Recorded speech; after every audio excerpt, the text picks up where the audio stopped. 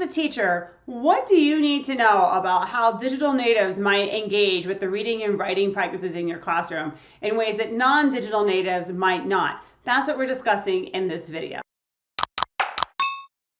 Hi everyone, I'm Lee Hall from Literacy Teachers, and I'm all about giving you the tools you need to inspire, motivate, and change how your students read and write for academic success. Today we're talking about this dichotomy of a digital native versus a digital immigrant, and what do you need to know, all right? So digital native versus digital immigrant, this has been around for a while.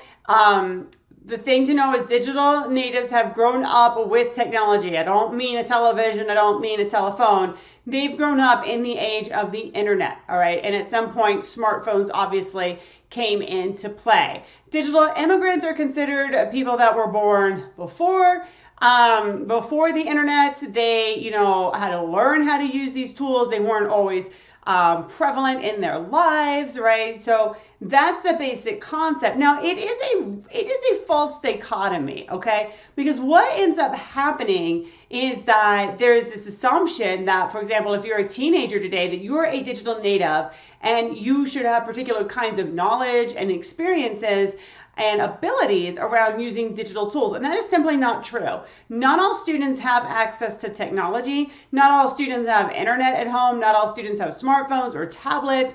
Not all students can afford apps. Some students, their parents are able to provide them with more resources to engage with technology in really rich, comprehensive, thoughtful ways.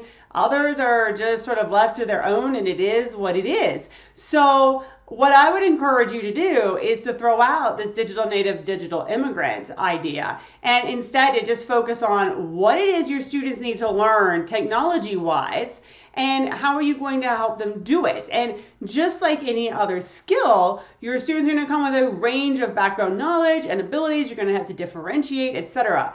Now, the thing that I would sort of highlight here is that as an educator, depending on when you were born, how you use technology may look very different. Well, it is going to look different from your students because you're going to be using it for different purposes.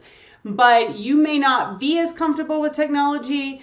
You may not use it as much in your daily life. And so I would encourage you, if you don't use it in consistent, mindful, purposeful ways, to think about how you can start trying out some of these tools, really taking a look at them, because the more you use these tools, the more you're going to be able to see the kinds of skills that your students need to learn. All right, so thanks for watching, and don't forget to subscribe so you can catch all of my videos. Head on down to the comments and let's talk about this dichotomy, digital natives, digital immigrants. What are your understandings of it? What kinds of questions do you have about what you should be teaching your students around digital technology? Let's come together and talk so you can inspire, motivate, and change how your students read and write for academic success.